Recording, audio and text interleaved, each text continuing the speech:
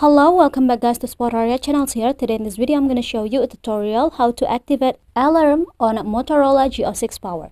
But before it, I hope you guys click subscribe and the bells button to support the channel.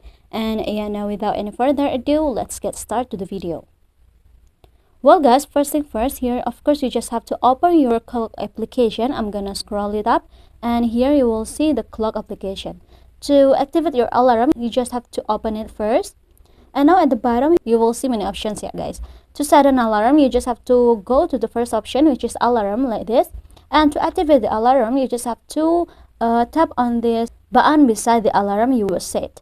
I'm gonna tap on it, and yeah, we'll see here the information that this alarm activate. So we'll get an alarm at 8:30 in every Monday, Tuesday, Wednesday, Thursday, and Friday. So yeah, I think it's enough from me, a tutorial how to activate alarm on Motorola G06 Power. Thank you guys for watching this video. Don't forget to leave your like and comments below, and I'll see you soon on the next one. Goodbye.